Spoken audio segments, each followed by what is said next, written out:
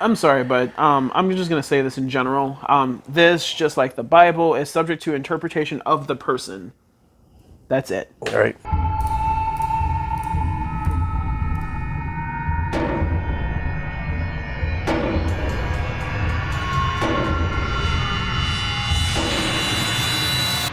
It's Kyle again, folks.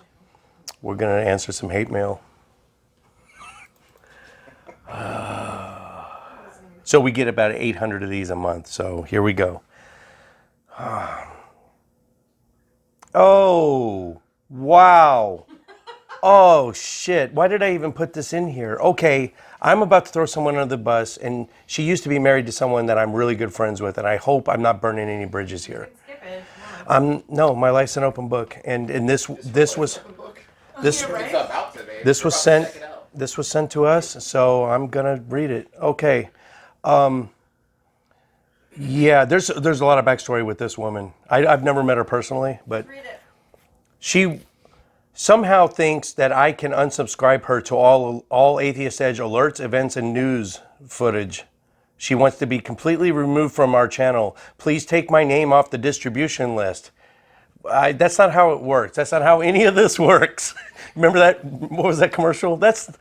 I'm going to remove you as a friend. Remember those old ladies? It was an old, like, progressive commercial. And she didn't understand social media. It was these old ladies talking. And she thought her wall, her Facebook wall, was like her wall in her house. And she had just pictures of her friends on her wall. And she's like, and they got in a fight with this other old lady. And she's like, I'm unfriending you. And she just pulled her picture off the wall.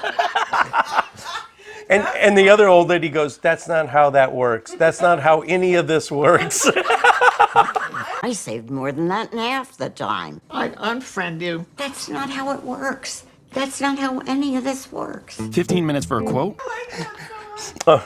So, and I I need a glass of wine for this response. tried to be, okay, well, I tried to, the motto of this show is building bridges, finding common ground, and having fun.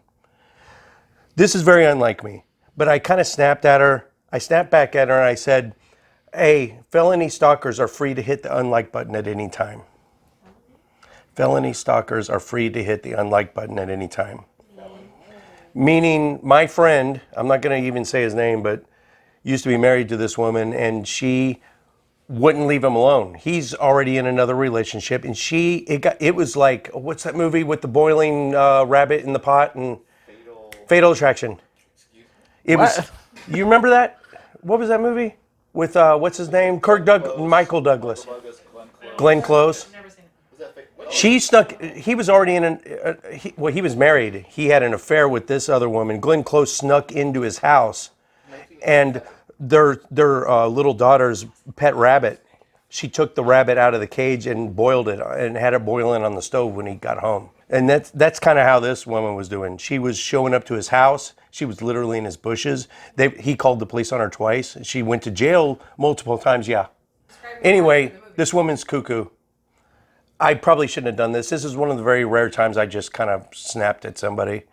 It's probably a mental disorder, and I should give her a little leeway, you know? So if she just so happens to be listening right now, what would you like to say to her?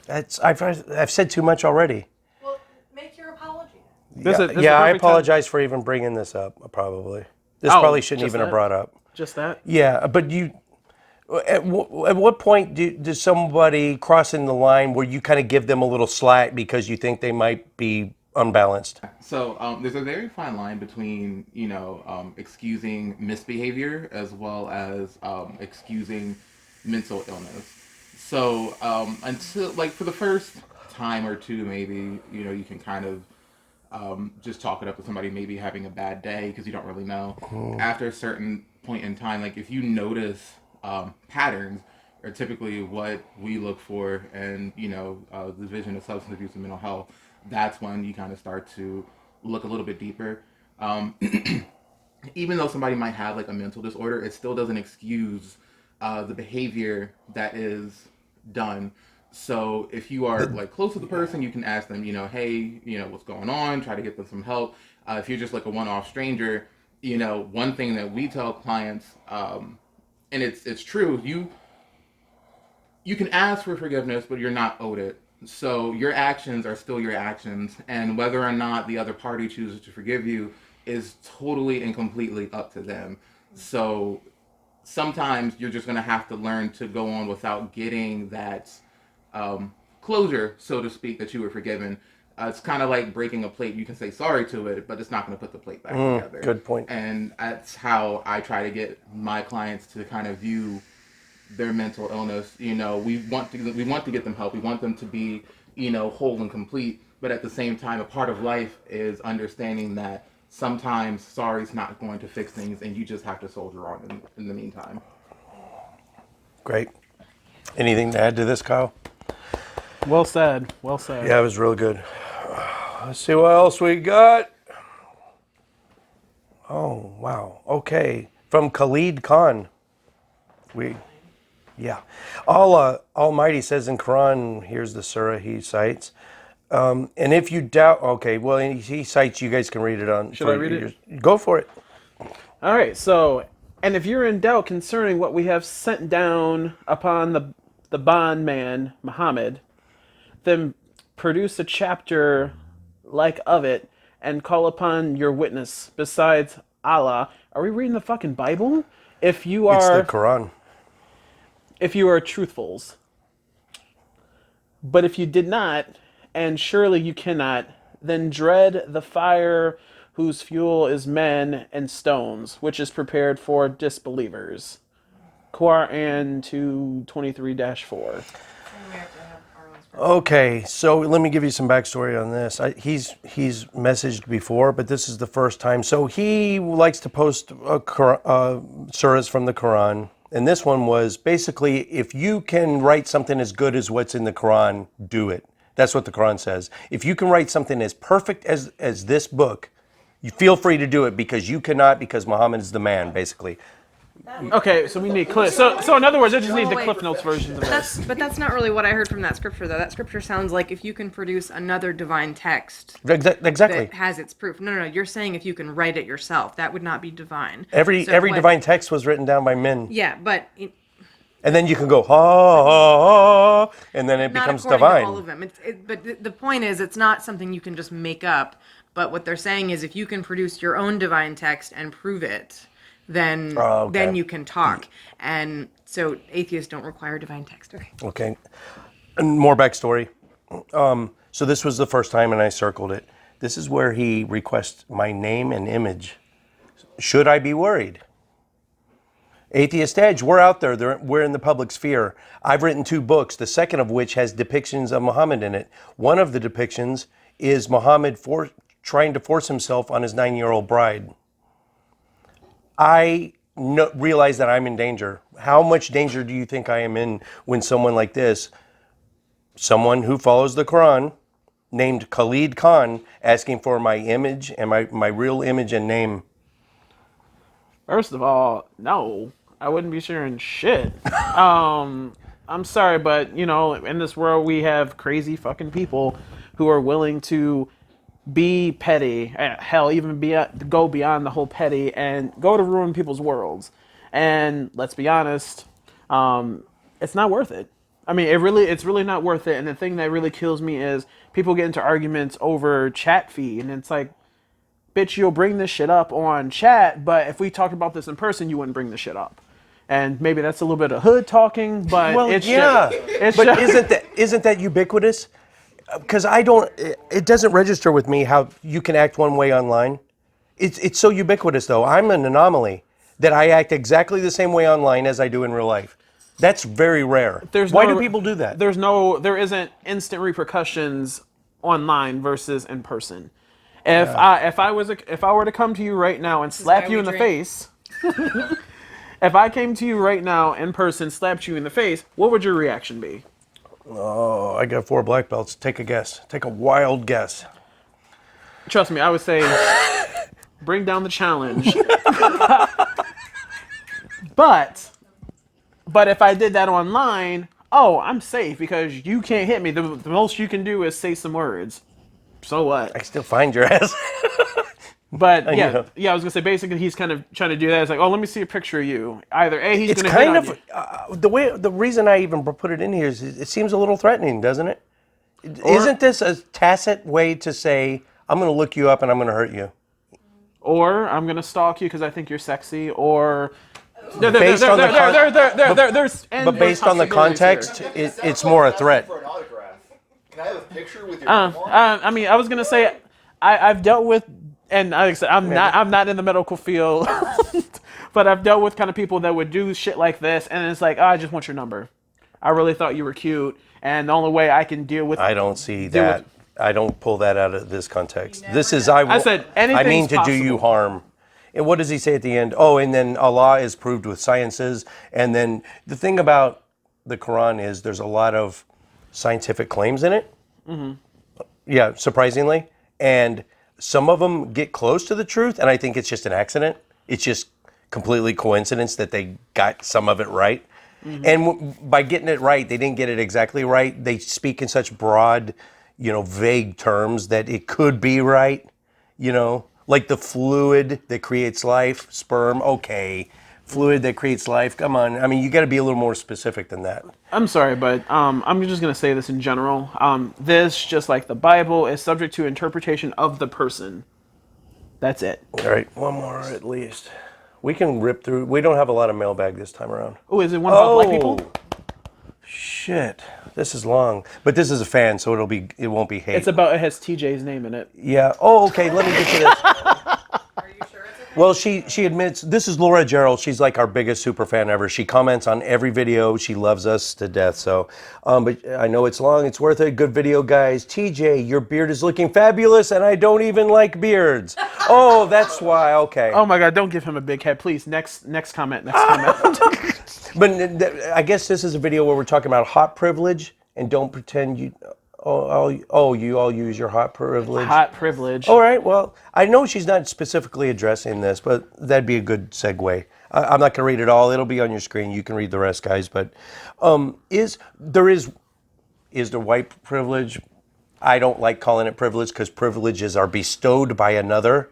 I like calling it white advantage. You're born with advantages. It's inherent. It's inherited. It's not given to me by anybody. I do admit I have advantages in life. Is there a hot privilege? Is there a hot advantage?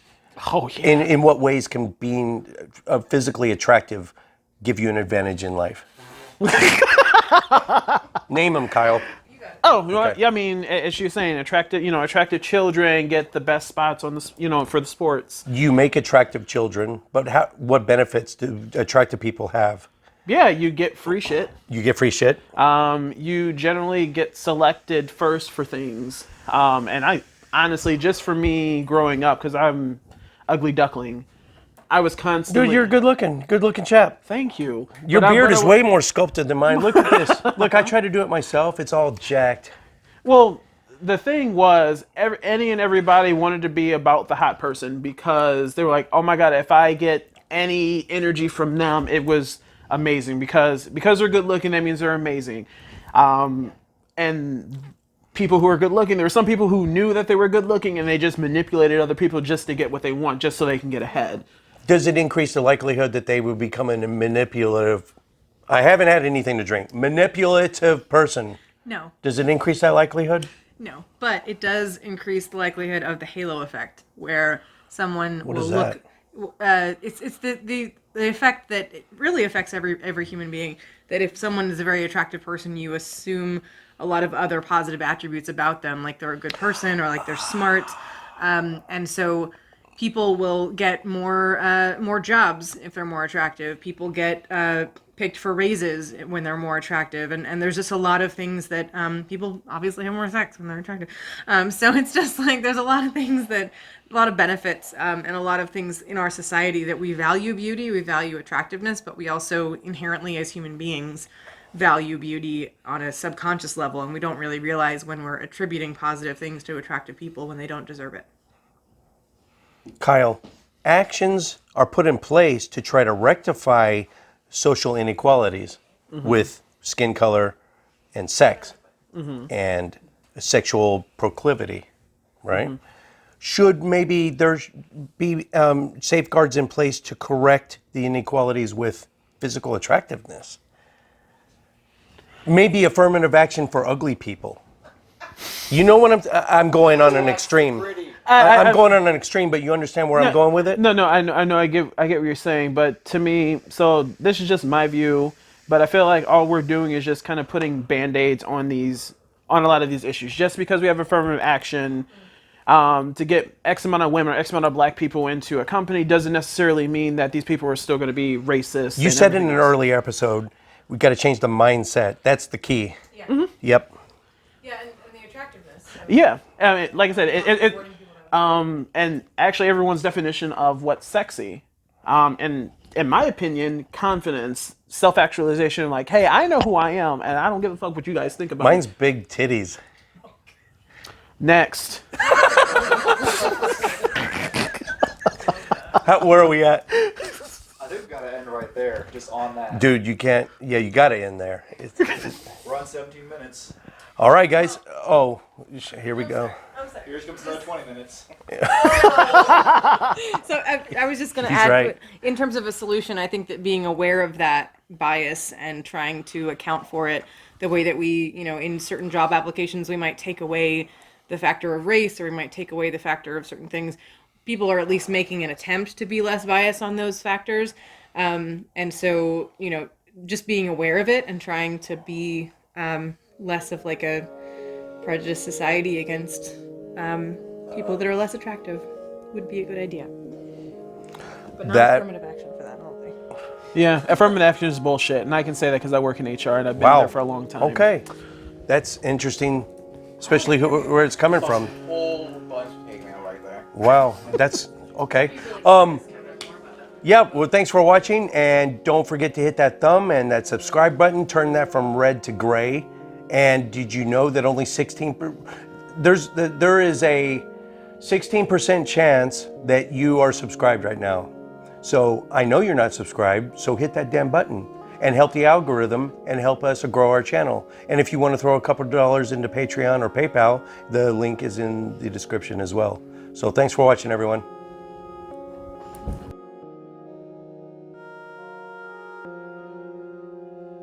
Okay, you should be good at that. Don't say that with his shirt like that. Perfect. That's how you know he's not real. No, don't say that, Ash. I want to see how long it takes them to realize you guys are gay.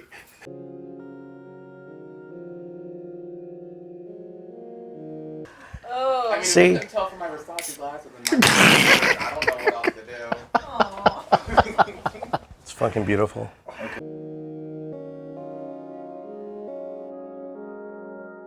Okay, we're good, we're rolling, you're square. You ready for this? All right, let's do All this. right.